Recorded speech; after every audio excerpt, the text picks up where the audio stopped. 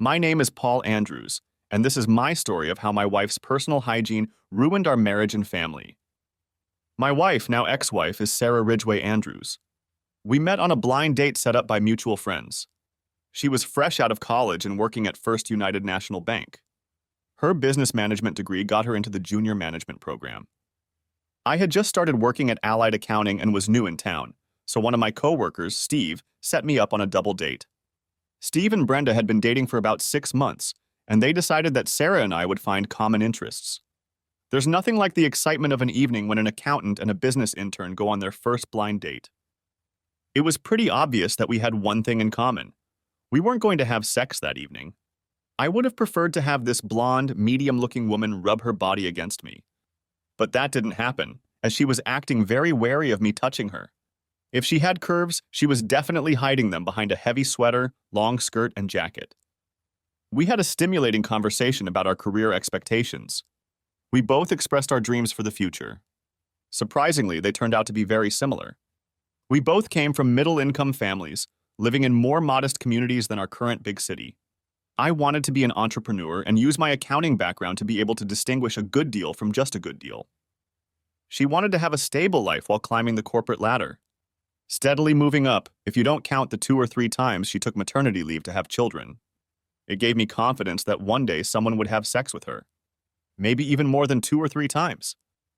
The evening ended with me walking her back to her apartment, where she gave me a quick, non-passionate hug and thanked me for the evening. It was better than drinking beer alone in her small apartment. On Monday, Steve came into my office and high-fived me. I commented, "You must have made a big score with Brenda on Saturday night if you're giving out 5s. Steve smiled and said, "Yes, Saturday night worked out for me, but I was congratulating you. Sarah couldn't stop talking about you to Brenda. You made a big impression on this girl, a friend of mine. She told Brenda to tell me to give her a call. Just like junior high, isn't it?" It was a nice evening, but I don't think it was all that impressive. I think I'd better call her. Obviously, Sarah knew better than I did that we could make a great couple. After a couple months of dating, I found out what lurked beneath those heavy clothes. This woman could have been a Playboy Playmate hottie. Large round breasts, firm flat stomach, and well-formed hips. She tried to dress conservatively so as not to attract unwanted attention. Through a combination of great sex, great personal relationships built on admiration, trust, and caring for each other, we found ourselves falling in love with each other. The marriage was a foregone conclusion, as were the 2 children, Hannah and Miranda. The sex was great before the kids came along and amazing after they came along. We bought a starter home and the obligatory minivan. Sarah was moving up in her career and was given more responsibilities. I did very well at Allied Accounting and was given a leave of absence to get my CPA certification. Mr. Karstadt, the owner of Allied, took me under his wing and taught me much more than any books or courses. One day after work, he suggested I go to dinner with him. He told me that he was negotiating the sale of the firm to a large accounting group. He said, "Paul, you're my best employee, but you won't thrive around the new owner. I think you need to leave Allied before the buyout and start your own practice. They will kill your entrepreneurial spirit and leave you a miserable person who goes to work every day. You have an entrepreneurial nature that you need to realize. Please take note of that and start planning for your future. I will make sure you take some clients with you when you leave so you don't starve to death." It took me by surprise, and I didn't know what to say other than thank you to someone I admired and respected. Sarah and I talked nonstop about it over the weekend. She said, "Just stay the course and remain an employee of the new firm.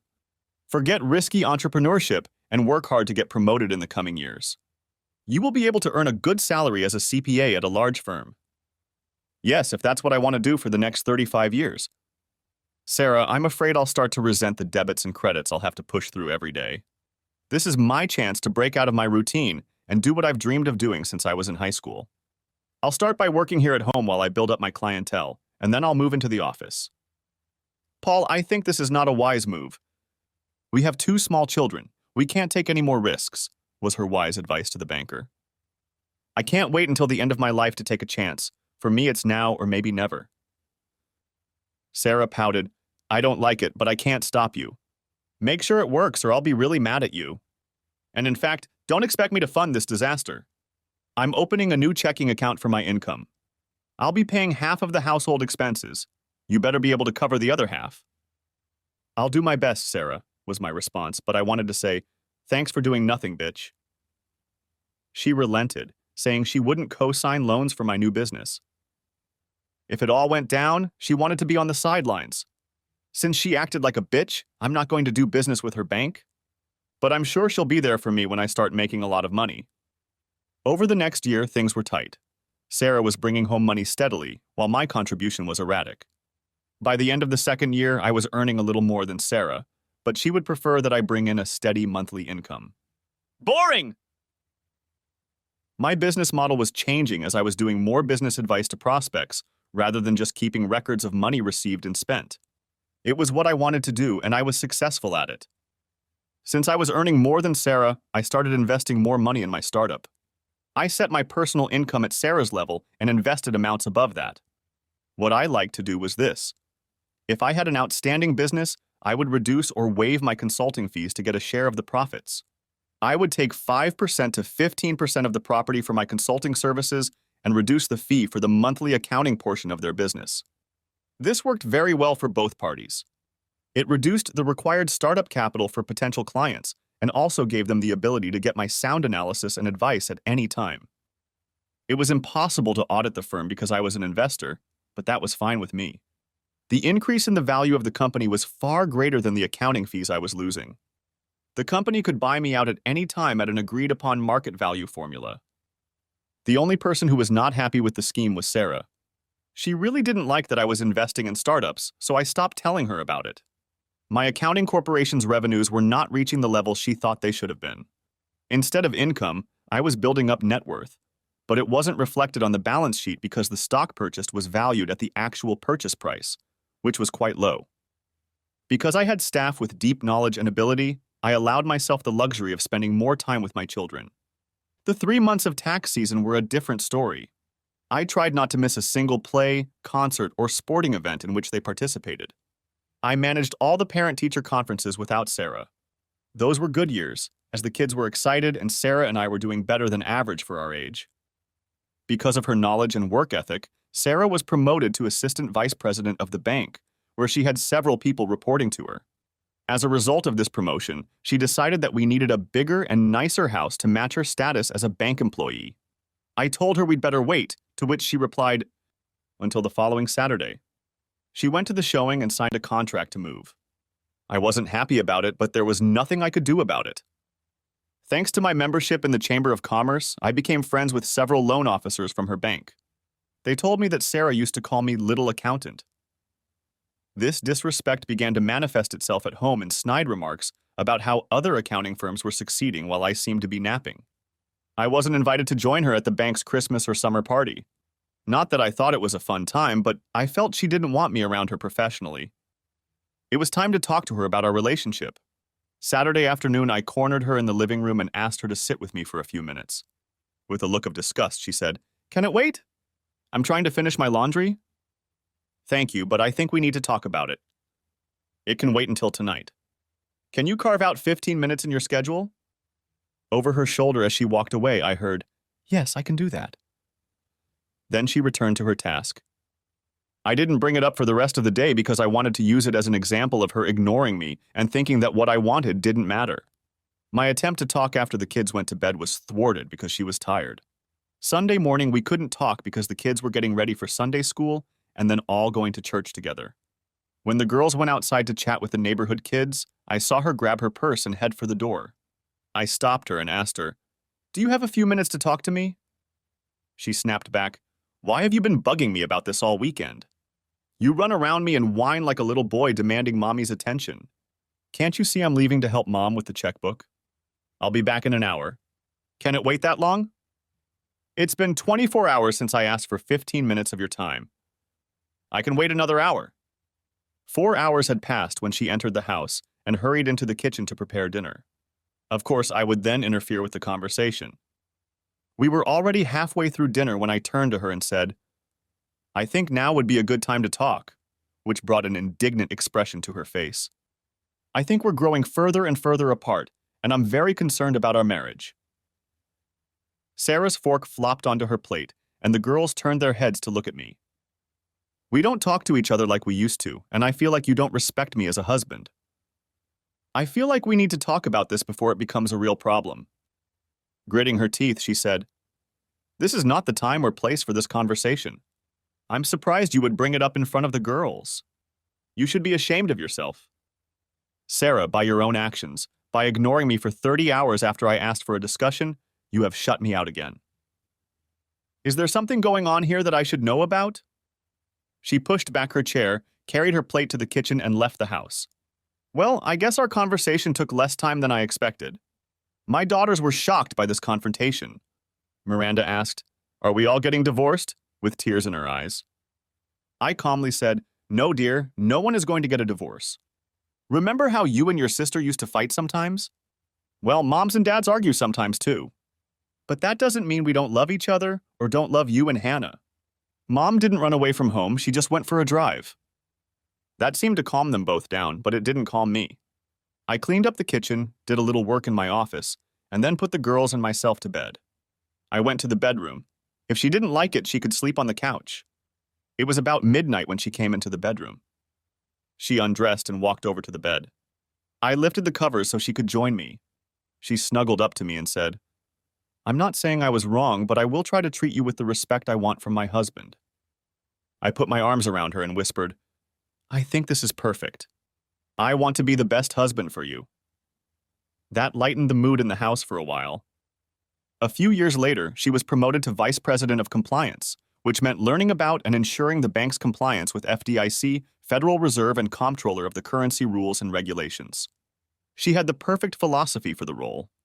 In her view, no action could be taken that was not specifically approved by the appropriate governing body. This is the complete opposite of my philosophy. If there is no rule against it, everything can be done by law. Is there any doubt that this has caused strife in our family? Good thing she didn't know about my investments. They were legitimate, but fiscals like her didn't approve of them. Just about that time, she started going to bachelorette parties on Tuesdays. The longer she attended these events, the later she returned home.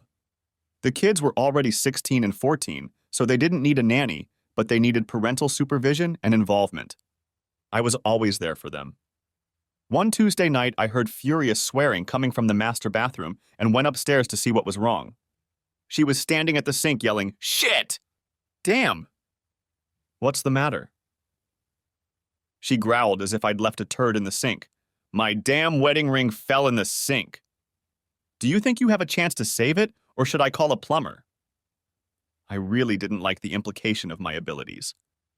Looking under the sink, I said, "If it's left in the siphon, I'll get it out. It'll only take a minute." Again, in an accusatory tone, as if I had dropped the ring, she said, "Don't worry, I won't need it today anyway." Wow, I thought. You're going on a date, but you don't need wedding rings. It was alarming, and I urgently needed more information.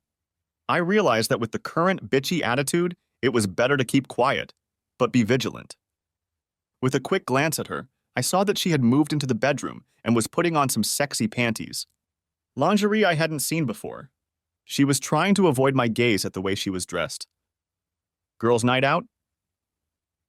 "Just like any other Tuesday night. Don't you remember?" she snapped back. Feeling like I was getting nowhere, I went to the garage to get pliers to remove the trap. She slipped out of the house without a word. Since the drain was on her half of the double sink, I had to get a bunch of her stuff under the sink before I could get to the trap. I was surprised to see a plain brown box lying in the back where the toilet paper was stored. I was even more surprised when I looked inside and saw an enema and syringe kit. What the hell? If anything, she was always complaining of irritable bowel syndrome and diarrhea, even though I thought it was irritable bitch syndrome. Since when did she need to be spritzed? Picking out the contents, I discovered the nozzle was wet. This is serious. It's probably true. The husband is always the last to know. But what did I really know right now wasn't enough? When working on a new business plan, I always try to learn everything about the company, both good and bad. That's exactly what I'm going to do. I'm going to start my research right now. Not really now, since I still needed to get under the sink to find her damn ring. Maybe she'd need it, maybe she wouldn't. Time would tell. I took a pencil and marked the spot on the floor where the brown box stood. I wanted to see if it would be moved within the next week. I also took a picture of a couple of items to see if she put the equipment back in the box just as I had put it. She got home around midnight, undressed, closed the bathroom door, and started the shower. I tried to pretend I was asleep, but if she had touched my chest, she would have found my heart pounding like crazy. She plumped into bed hard enough that I felt like I had to act like I had just woken up. Then I heard her light giggle. Bitch. The next morning I was up early, mostly because I couldn't sleep. I had the foresight to close the bathroom door before my shower. Really, I wanted to check the brown box, and sure enough, the box had been moved. The spritz nozzle was still wet, and the box had been moved an inch from my line. Someone is doing something serious. Using a Ziploc bag, I carefully collected her stinky panties and sent them off to be analyzed. It's been over 3 weeks now that I haven't left a trace on them. Since I was an accountant, I was well aware of what happens with the distribution of property in a divorce. I have done several appraisals for husbands and wives in divorce. Sarah would get the house until the girls went to college, and I would pay alimony and not be able to be with them as often as I am now. I probably won't pay alimony if my investments don't count. She thinks they are worthless, and so do I. I wasn't going to pay for a house where she could have fun with another guy while my girls were left unsupervised. That wasn't going to happen. Now that I have the information I need, I will proceed with a plan of action. The key point for me is to retain custody of my girls. I can always make money, I've proven that. I've proven I'm a good father. Now I need to prove she's a bad mother. Poison came to mind. Not chemical poison, but emotional poison. Sarah is a perfectionist and expects perfection from her employees and family. When something goes wrong, it drives her crazy. The simplest problems become huge for her. When she gets mad, she becomes mean to her staff, me and the kids. I use her poison to turn the kids away from wanting to stay with me after the divorce. Then I get to keep the house and the girls. Quietly, I slip over to her alarm clock and turn it off. She hates people who are late for work. After a late and obviously busy night, she might have wanted to sleep in a little longer. The kids came in for breakfast and wondered where Mom was, and I told them that she came in late and was probably putting herself to bed. They understood, as they like to sleep when they have the chance. After watching the conversation she had on her cell phone late into the night, I pulled up the video playlist and turned on silent playback. Hopefully by the time she gets up, the cell phone will be dead. She has a staff meeting Wednesday morning that she says is very important. An hour later, I hear a scream and my name is spoken in vain. I guess it's my fault she overslept after having fun with some guy late last night. I took the opportunity to hide from her screaming by going into the garage. There was enough air pumped out of one of the tires to set off the dashboard sensor on her Lexus. She hates it when the alert obscures her screen. She'd go crazy looking at that screen all the way to work. Hannah and Miranda did not escape her wrath as she ran around the house trying to get dressed, comb her hair, and put on makeup at the same time. While she was in the garage, I switched the door settings to lock so she couldn't open the roll-up door. As expected, running out of the garage, she hit the opener and didn't notice that the door didn't go up. She crashed her back into the garage door, crumpling the bottom 2 panels. The 3 of us went to the door and saw, but did not hear, the screaming woman hitting the steering wheel. As she moved the Lexus forward, I straightened the panels and lifted the door, letting out a horrible squeal. Sarah flew out of the garage with a roar, narrowly missing the mailbox. We could hear her screaming, "Goddamn asshole," all the way down the block. This is going to be more fun than I thought. I wonder what she'll do when she tries to call the office with a dead cell phone. The less I hear from her, the better. I hugged Hannah and Miranda and told them, "Mom is a little stressed right now. She'll feel better when she gets home tonight. She still loves you, and she doesn't love me very much." Then all 3 of us laughed. The alarm clock in our bedroom was now turned up to maximum volume. I let her make sure the alarm clock was on. Unlike my spouse, I got to work on time that morning. My coworkers always know it's a good day when I walk in the door whistling. My good mood lasted until 10 a.m. when my cell phone vibrated so hard it almost fell off my desk. I thought, gosh, that must be my dear wife calling me. "Good morning, darling." That was all I had time to say before the foul language started. In a shrill voice I heard, "You need to get your ass down here and fix my tire." I almost died driving that dangerous car.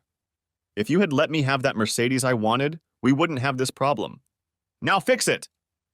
I nonchalantly said, "You have triple a coverage. All you have to do is call them, and they will take care of everything." "Screw you," was her reply. From her comments, I realized that we weren't really going to have anything this night. Since the morning had gone so well, I told my assistant that I had a few errands to run and that I would be back after lunch. The first thing I did was to go to the security store and buy some small cameras for the house and a voice recorder that I could hide in my purse. I needed to know my enemies and what they were doing. Next stop was to come home and install cameras in the living room and bedroom. I made the panels in the garage usable, but they weren't pretty. They screamed, "Some dumb asshole rear-ended me," for all the neighbors to see and smirk at. Back at work, I went through all my personal banking and investment files. We only had one joint credit card, so I canceled it. Our only joint bank account was for household needs, so I left it open, but reminded myself to make sure her half was deposited every payday. As usual, I made it home before Sarah and was already making dinner when I heard the creak and groan of the garage door opening.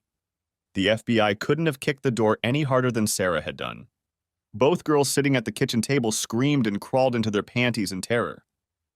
The witch approached me threateningly and said, "I've never had such a shitty day. I'm going to go upstairs and soak in my bathtub." The girls and I ate dinner quietly, whispering like 12-year-olds. I went upstairs and asked if she wanted dinner, and she threw a bar of soap at me and growled, "If I wanted dinner, I would have told you. Now leave me alone." It was the perfect moment to make a small slit in her purse and put the recorder inside the lining. I went downstairs and fell asleep on the living room couch. I absolutely hated being in the same bed with her when her alarm clock screeched to full volume tomorrow morning.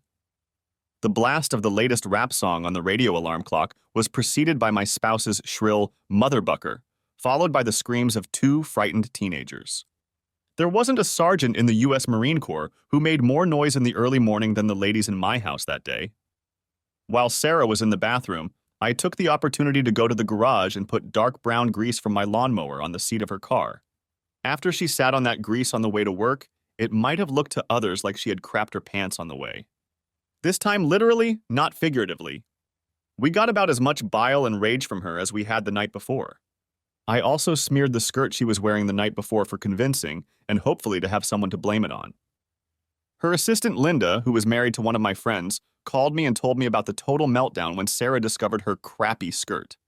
She told me that Hurricane Sarah had made landfall and everyone should be on alert.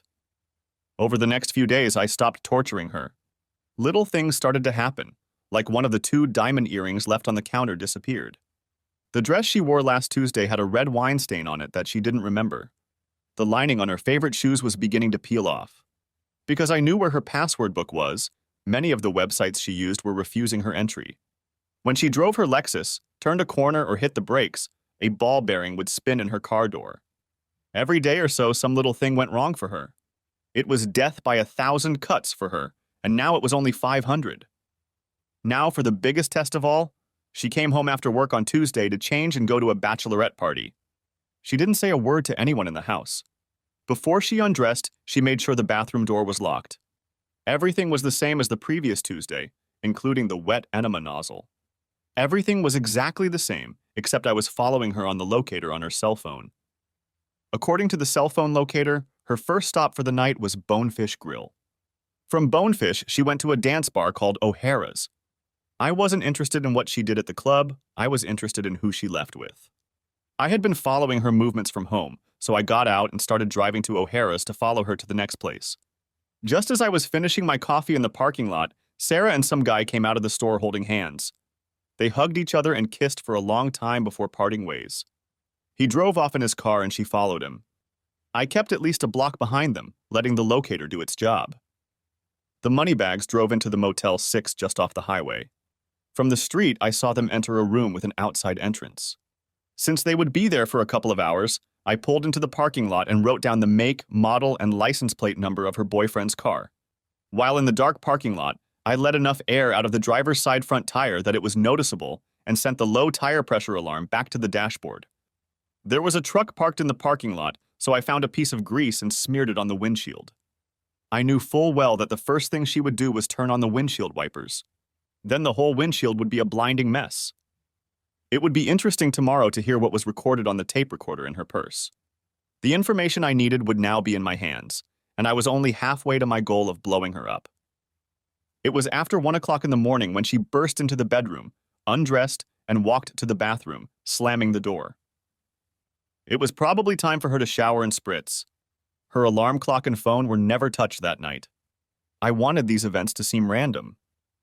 A couple hours later, when she was already snoring, I got out of bed and got a voice-activated voice recorder out of her purse. I downloaded it to my laptop, charged it up, and put it in her purse. The next morning, after Sarah and the girls left the house, I listened to the recordings. It was noisy at dinner and at the club, but the tape recorder was quite effective in recording the activity at the Motel 6. I also learned that they partied every Tuesday night and spent every other Thursday afternoon at the Hyatt Hotel during business hours. It was Sarah's turn to book a room at the Hyatt, and they made fun of the conservative bank president for his unknowing complicity. They used their corporate cards to pay for a luxurious night at the Hyatt. Since the bank's main office was not far from the Hyatt, they often used it to meet with bank employees from other cities. Keith remarked how good her husband was with numbers, while increasing the number of times he had entertained my, up to that point, wife. Sarah laughed that my calculator would explode if I knew how many times Keith had entertained her. Something that was beyond the reach of her husband. So when do you plan to divorce your accountant husband? Right after my daughter Miranda leaves for college. I love my girls, but I don't want to spend the best years of my life running around chasing soccer games with them. He's the best mom in the world, and I'm glad he does. I don't know why, but I just can't be around him anymore. I've tried everything I can to make him more successful, but he just wants to be a regular guy with no goals. He's just wasting his life. If you dislike him so much, why don't you divorce him now? Make him pay alimony and spend more time with me. Chuckling, she said, if I got divorced and got alimony, I'd still have to pay for childcare, a maid, and a cook. Now my sissy does that for free, plus brings money into our joint account. I don't have to pay as many household expenses, plus I can stash a significant portion of my paycheck where he can't find it in a divorce. I use it for household expenses while building up my secret stash. Speaking of divorce, when are you going to pull the trigger on your frigid wife? That date, my dear, has already been set. Her father demanded that I sign a prenup before we were married. I only signed it when we added an expiration date of 20 years. 3 more years and I'll have 50% of her multi-million-dollar stock portfolio. Laughing, she said, see, the timing is perfect. The end of your prenup falls when Miranda goes to college. Then we can both leave. After hearing this conversation, I couldn't believe there are people on Earth as selfish and conniving as they are. You know what? They deserve each other. They would have a terrible time together, as they would both try to cheat each other sexually and financially. They were concerned about their safety. They alternated weeks, booking a room at the Hyatt, so neither of them rented a room more than once a month. Now she checks all the tires and that the garage door is open before driving out.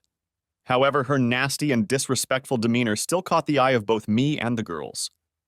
As expected, the report showed that her lover's marks were found on the pirate's underwear. I now had enough evidence to go to my lawyer and start the divorce papers. I told Jeff Green, my attorney, to demand full custody of the girls since I had most of the interaction with them. Judging by the way their mother was behaving, it would be lucky if the girls wanted to communicate with her at all. Jeff said, I'll add that, but it will be difficult. I proposed a plan where we would own the house 50/50ths until it was sold after both girls left for college. We would both keep our own investments and retirement funds. Since I have limited my taxable income to about the same as hers, neither of us has to pay child support. She has to pay me the usual childcare allowance, including college tuition. We set aside enough for tuition, housing, books, and food, but not enough for outings, etc. When she became a full-fledged vice president, she joined the bank's deferred compensation program. I will leave that account alone in case she wants my partnership investment. Then I will remember her deferred compensation to parry her claim. In preparation for my divorce, I started taking important things out of the house and putting them in storage. I also backed up my data every day on an external hard drive, keeping it separate from my computer. I planned to keep the house, but I didn't know how violent Sarah would be when she got the summons. On the recommendation of my lawyer, I hired a private investigator to find out who Keith was and where he worked. To speed up the search, I gave him the license plate information. Every year at the end of the third quarter of the fiscal year, the bank begins the process of budgeting for the next year. All employees fill out questionnaires, and each department must reevaluate their performance and budget. At the end of this process, the senior management team hosts a formal dinner/program/dance at the Hyatt Hotel. This is a tuxedo and evening gown event for the senior officers and their spouses, and many of the attendees book a room at the Hyatt. Sarah told me about this event years ago, but by the time she became a member of this group, I was considered unworthy. She kept reminding me of this event, and if I was more successful, I might be able to participate the following year. She thought it motivated me, but I didn't care as long as I didn't get bored in the company of these people. Almost daily, I went through her closets and drawers looking for other information about her infidelity. The week before the celebration, I discovered a new shoebox that was wrapped in the back of her closet. That's where I always started looking, in the back of a closet or drawer. It was a pair of very fashionable Jimmy Choo evening shoes. There was no receipt, so I used Google and got slapped in the face. These shoes cost over $1,000. Since the appointment was in a few days, I had to think about how to counteract this. Replacing the Choo shoes with an old beat-up pair of yard shoes or a pair of Crocs came to mind. Instead, I took the shoes to the workshop, put the heel in a table vise, and very carefully turned the tall, narrow heel a few degrees to the side. The shoes were rewrapped and set in exactly the same place. After finding her brown box, I got a lesson in how to handle sensitive objects. The day before the celebration, the investigator called me and asked me to come to his office because he had some information. As he sat me down, he informed me that her lover was Keith Miller, a senior loan officer at Sarah's bank. I thought, this could seriously affect their careers. They don't report to each other, but her primary responsibility is to make sure the loan department is in compliance with rules and regulations. And that's on top of the rule about no sexual relations between employees. They are on thin ice. I told him, great information, and could you set up some cameras for the senior management meeting at the Hyatt Hotel on Friday night? He already had a picture of Sarah, and I asked him to shoot her walking and dancing. We were both happy. He got another check, and I got some really solid information to consummate our marriage. The movie I watched Friday night was hilarious, so much so that the detective kept laughing the whole time we were watching. She walked around like she was drunk. The pressure of all her weight on that tiny heel endpoint, which was off by a few degrees, was pushing her feet outward, causing her to stumble. She crashed into tables and chairs. At one table, 2 bottles of red wine tipped over on everyone. I plan to submit it to America's Funniest Video as soon as Sarah signs the release. Yeah, sure. Sure enough, Sarah and Keith had secluded themselves in his hotel room to spend the night away. All of this was documented by a tiny video camera slipped under the door of their hotel. Isn't it great how technology has improved our lives in the last few years? Although Sarah got home before noon on Saturday, we didn't see her until late Sunday morning. Spiritually, she should have gone to church that morning, but she stayed home. Sarah used to always come home from work on Wednesday afternoons tired. I suppose it had to do with her late classes on Tuesday nights. She would walk into the house and immediately lie down in the bubble bath. This Wednesday was going to be different. I was going to change the amount of hot water in her tub. She barked what might have been called a hello at me as she walked to the bathroom. I waited for her to find the right combination on the hot and cold water faucet for the tub. I heard the sink start up and realized she was washing up, so I went to the back room. Our house has separate water lines to each faucet and a manifold on the wall that regulates the amount of water in each line. I quickly shut off the hot water line in the bathtub, allowing cold water to fill the tub. As soon as I heard the water stop flowing into the tub, I turned the hot water valve back on. The horrible sound I heard from my beloved wife as she slid into the tub of cold water. Sure enough, because of the bubbles, the water was slippery, and she was wriggling around trying to grab onto something to pull herself out of the cool water.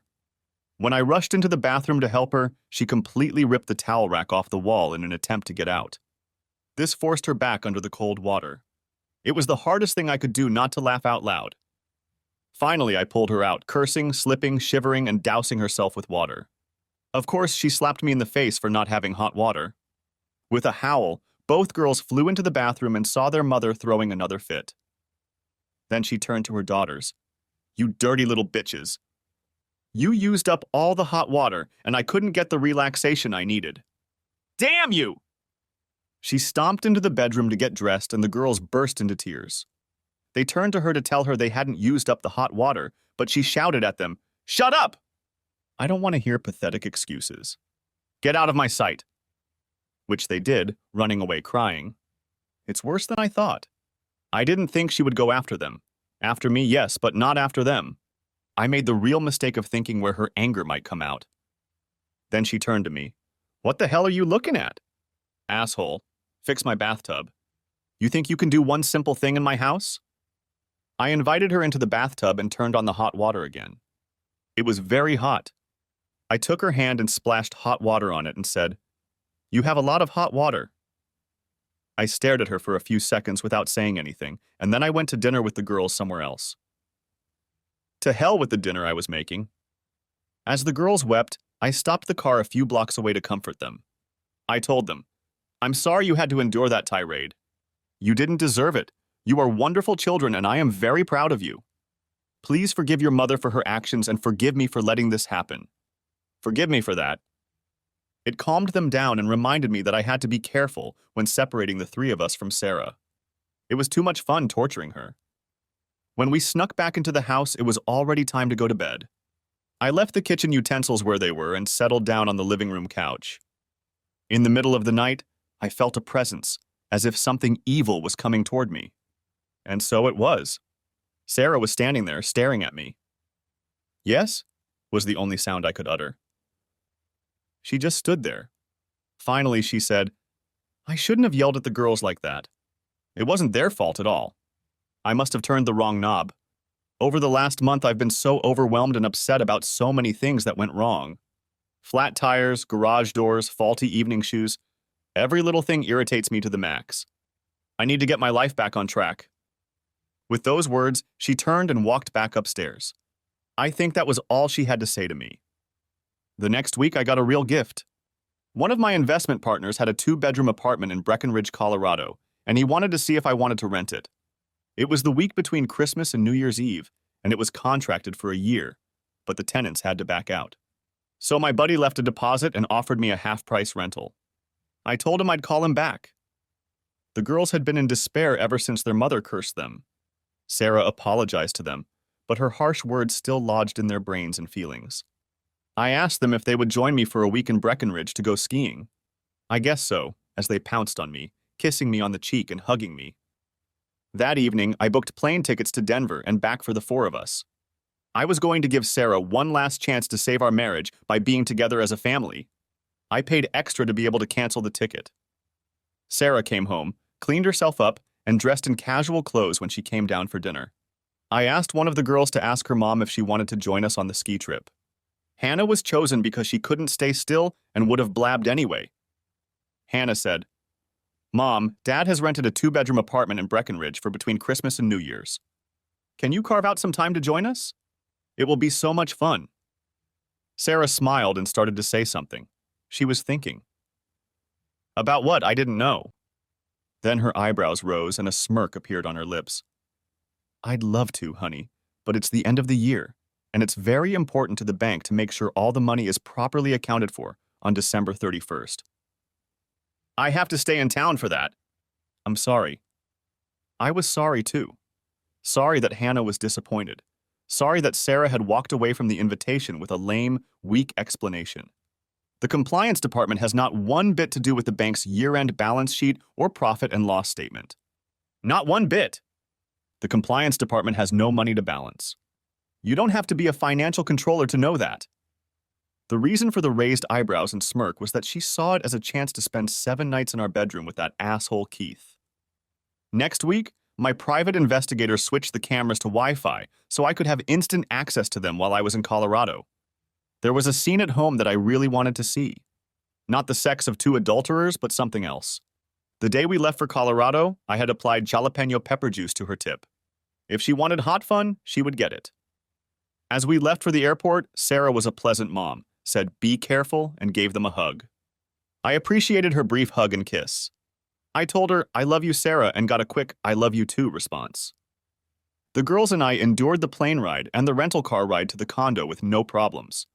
Hannah and Miranda had never been to the Rocky Mountains and went out on the deck to enjoy the view and the scent of pine trees. Prompt. I set up my computer and connected to the Wi-Fi camera in our house. As expected, Sarah arrived at the house at 6 p.m. and went straight to the master bathroom for her pre-fun ritual. I didn't need a camera in the bedroom. I had no interest in watching them fiddling. I could see the landing, the living room, and the kitchen. Suddenly, Sarah stumbled down the stairs and screamed that she was on fire. Apparently, she had discovered that her life-saving tube of Preparation H had also been tainted with jalapeno juice. She flailed her arms around trying to cool her crotch. Her face was bright red and contorted with pain. I thought about how much fun my private investigator would have had watching this. She ran over to the refrigerator and pulled the ice cube lever. She and the ice cubes fell to the tile floor as she tried to shove the soothing cubes to cool everything down inside. I started laughing as I watched her create that lipstick.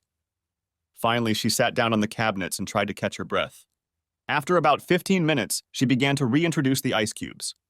Well, I guess her lover Keith wouldn't be welcome in her lower guts today. I wonder how long it will take her ass to recover. It would be a shame if they didn't have fun all week while the kids and I were gone. Too bad! The three of us went to the Christmas decorated and lit up downtown Breckenridge for pizza. What a beautiful place with a foot of snow on everything. After eating the pizza, we started heading back to the condo when the girls heard music they liked and recognized where it was coming from. It was a teen club designed to entertain teens while parents were having fun elsewhere. Hannah asked, "Can we come in for a few minutes, Daddy?" Luckily, I agreed, because these girls had been through a lot in the last couple months. The dance floor was crowded, and the sounds of laughter beckoned. The girls wanted to stay, but I wasn't about to leave them alone on their first night in a new city. I found a free table away from the DJ and told my daughters to come check on me from time to time. It was perfect for me since I could read my email without thinking about the girls ignoring me. It didn't take long for them to attract a few guys and start dancing, laughing, and talking. They would look back at me and I would raise my Diet Coke, letting them know it was okay. There were a lot of adults there watching their kids. One woman on the other side of the dance floor was very attractive, and as we both scanned the floor looking for our offspring, we caught each other's eyes and smiled. This attractive woman had two boys who stopped at her table to get money, food, or sodas. My girls seemed to spend more time with them instead of playing on the playground. When I finished writing the message, I looked up and saw an attractive woman walking toward me. All the other men were watching her as well. She was wearing ski pants that seemed to have been sprayed on so thinly that you could see the freckles on her ass. Her sweater was tight-fitting too, and it gave off a warmth, even though the temperature outside was below freezing. She stopped at my desk and said, "You must be Hannah and Miranda's father. Why don't you come and join the rest of your family instead of staying here alone?" I tried not to jump up too quickly, but still replied, "I'd love that. My girls are good judges of character, so I guess that's why they're sitting at your table. My name is Donna, and Zach and Misha are my two boys, ages 16 and 14, who are soon to be 21. I smiled and replied, "They're the same age as my girls. Coincidence?" And we both laughed. Donna said, "In the time I have watched your girls and then interacted with them, they are very sweet children. You should be very proud of them." "Absolutely. I can also tell you that your boys seem very well-mannered." "Or is that just because you're watching them?" Donna laughed and said, "You're very promising. I'm glad there is a father here who is as interested in watching his children as I am. I work from home, so I am the one who sends them off in the morning and meets them when they get home. They get a lot of my attention because they are now the most important part of my life." For Donna and the boys like us, it was their first day in Breckenridge. It didn't take long for the four teens to decide where and when they would ski tomorrow morning. Donna and I made some adjustments so that they would check in with us at different times. We decided to see the skiers off tomorrow morning, then have breakfast together, and we will ski in the late morning and afternoon. Over the next week, Donna and I learned a lot about each other, and we both liked what we heard. She was a pleasure to talk to about my problems with Sarah and my plan to divorce her. I didn't disclose that I had harassed her and eased myself into custody of the girls. I wasn't really proud of it, but it was better for the girls to be with me and not that selfish slut. Donna was a widow since her husband had been killed by a drunk driver 2 years earlier. We both had trouble forgiving the people who had changed our lives. Just talking to an understanding person was helpful for both of us. On our last night, Donna and I had dinner alone, without our teenagers. We spent the last half hour of the evening making out on the couch, without the kids. By the end of the week, we had come to the conclusion that we needed to spend more time together. All four teenagers were of the same opinion. It was time to end my marriage to Sarah. I didn't need videos of their adultery since I had panties with their DNA on them. When we got home, Sarah looked tired and exhausted. Maybe she should have come to Colorado with the rest of her family. We had a great time. After seeing my hot wife on our first night in Colorado, I didn't need to see what was going on in my house. It didn't matter to me in the slightest. I had Jeff draw up the paperwork and hand it in at the bank. The girls took the news of our divorce as I had expected. They had seen how our relationship with Sarah had crumbled over the past 6 months. They compared my happiness with Donna to that between me and their mother. It was Hannah who came to the main topic. What happens to Miranda and me now? Where will we go? Taking both girls in my arms, I said, "From the day you were born, you have been the whole world to me, and you will be for the rest of my life. In the divorce proceedings, I claimed full custody of you both, and all 3 of us will stay in this house. You will attend the same school with the same friends. I will continue to cook meals for you and be there for you. You'll be able to see your mom as often as you want." I continued, "You'll have the opportunity to choose who you stay with during the divorce proceedings. Whoever gets legal custody of you will also get the house until you both go to college. It will be your decision, but remember, whoever you decide to live with, your mom and I love you. Either way, you will stay in this house and at your school. Don't tell me now who you want to stay with. This is a big decision, and you have plenty of time before you have to choose. For now, please use my car and go somewhere for dinner so your mom and I can talk. You don't want to see or hear our conversation today. Okay?" After I finished talking to the girls, I looked at my phone to see who had called and texted so many times while we were talking. I guessed who it was. Instead of sending the message to voicemail, I ventured out and called Sarah. Hello wasn't the first word I heard from her. She was melting the plastic of my phone with her scolding. I let her rant, rage, threaten, and scream until she ran out of air. It would have been impossible to get a word in anyway, so I let her roar. Finally, she caught her breath and said, "Why? Why did you do this to me? Why don't you love me anymore? Especially after all I've done for you and the girls. Why don't you come to the house and discuss it?" All I heard was a click. She must be coming this way. Before I knew it, she was bursting through the door, rushing toward me with a clatter and screaming, "Why?" Calmly, I said, "You've been having fun with Keith Miller every Tuesday night for I don't know how many years. How did you think it would end? I gave you a chance to start over by going to Colorado, but you decided that Keith's fun was more important than your family. You made a choice. Now you have to pay the consequences. Sarah, you need to get everything you need out of the house. Settle into a hotel for a while we sort things out. I won't take your things out into the yard and burn them tonight. You can see the girls whenever you want. After you settle into the hotel, get yourself a lawyer and find out what I'm offering in the divorce. I think it's fair, but you have to decide what you want to do. In the meantime, don't bother me except to coordinate your meetings with the girls or to pick up your things. From now on, we have nothing to talk about except our divorce." I went to my office, closed the door, and listened to the clatter of suitcases against any vertical or horizontal surface. The only thing I didn't hear was tears, which made me sad. I knew I never wanted to be with her again, and apparently the feeling was mutual. The process of changing locks, resetting codes and passwords was next on my to-do list. During the divorce proceedings, she was furious. Not that she still loved me and wanted to keep the family together. It was like she wanted to sue me, not me suing her. She wanted everyone to know that she kicked out the weak accountant because he wasn't good enough for her, not me kicking her out for cheating. She was professionally embarrassed that I had filed for divorce. Neither of us had the slightest desire to attend marriage counseling. We were done with each other.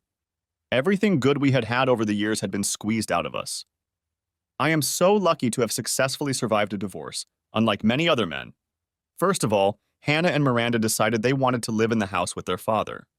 They saw their mother once every week or two. They didn't like her asking questions about me and whether I missed her.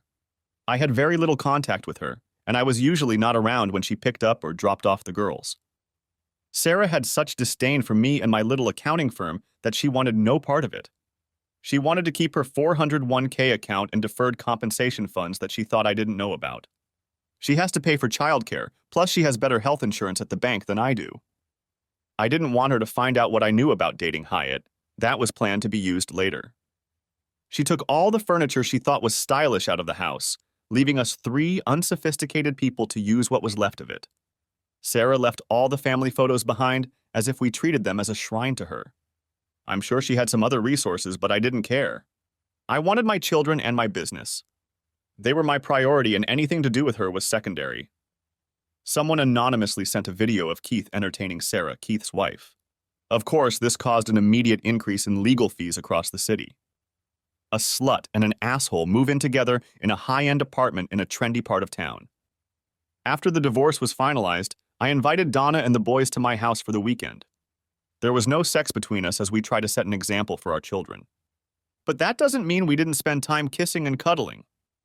She was the best medicine to get me through the horrible end of my marriage. We both knew where our relationship was headed. She already had a place to stay.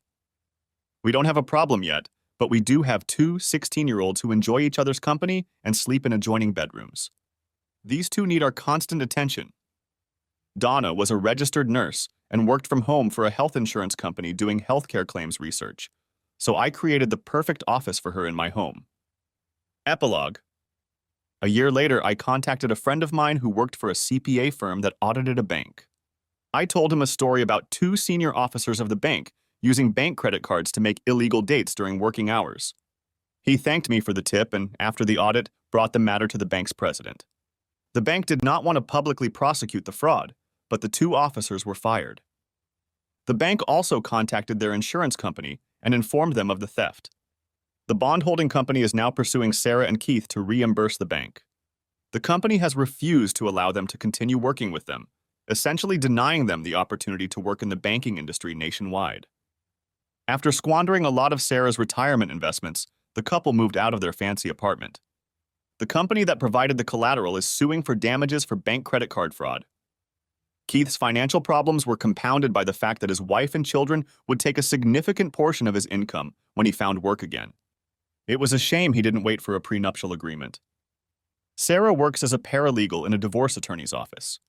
She has learned a lot about the legal and social implications of divorce and is very helpful to her clients. After she spends the day counseling others about divorce, she retreats to her small apartment and mentally berates herself for how her own marriage ended tragically.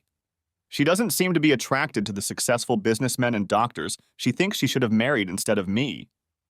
At the end of the year, the market value of my worthless investment was over $2 million. It looks like it's going to be a good year, especially since my wedding to Donna is scheduled for mid-June. Thanks for watching. I hope you enjoyed it. So subscribe to my channel and watch the next video.